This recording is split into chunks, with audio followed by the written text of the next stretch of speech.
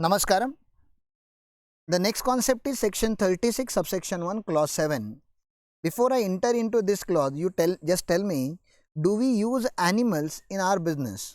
Okay, and I'm talking about balance sheet. Okay, I'm not talking about stock in trade. I'm talking about animal as a fixed asset. So answer is yes. We do use animal as a fixed asset, which is known as a livestock, or you can say here under fixed asset we are using animals. So what are the industries who are using animals as a fixed asset?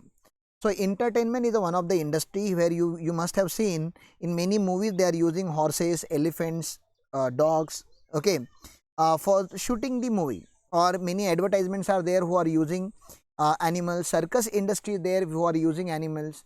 Milk industry is there, in dairy farm they are using animals to extract milk from. A transportation industry there where they use animals.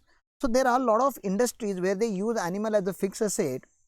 Now animal being used as a fixed asset is not a it's a capital expenditure, it's not a revenue expenditure, and because it's not a revenue expenditure, section 37(1) will not give us deduction, because condition of section 37(1) is very clear.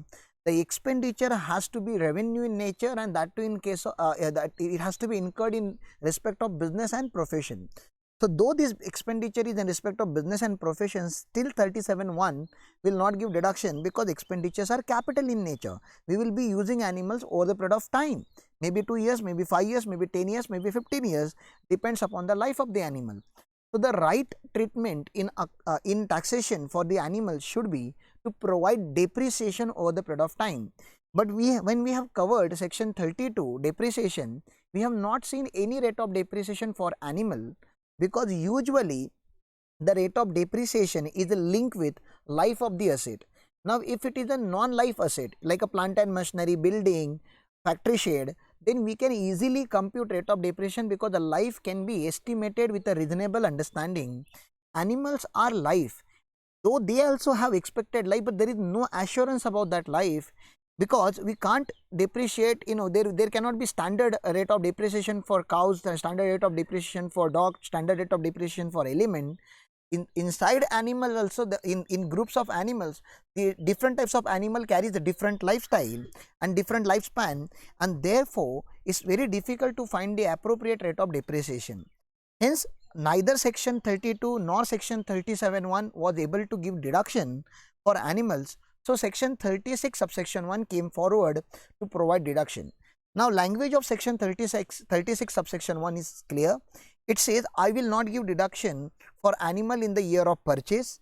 We will not give you deduction even in the year when animals are used.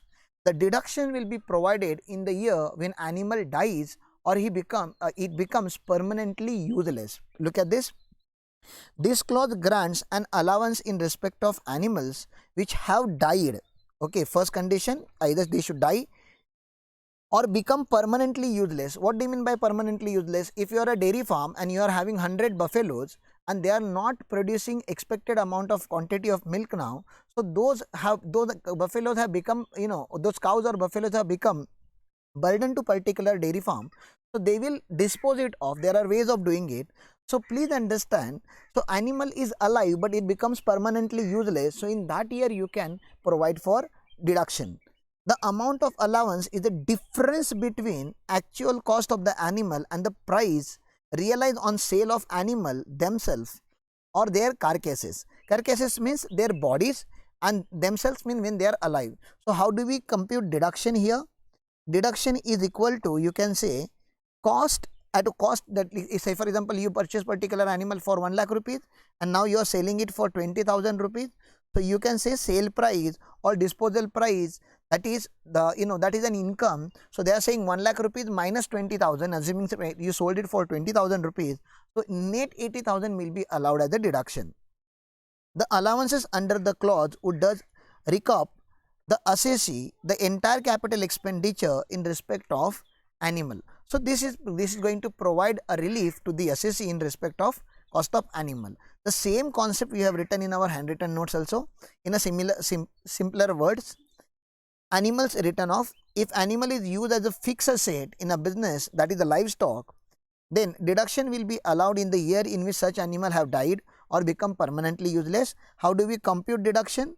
So deduction is equal to actual cost minus scrap value. Okay, and meat industry and leather industry, they buy their scrap, or they buy the dead animal to generate their own revenue and to run their own businesses.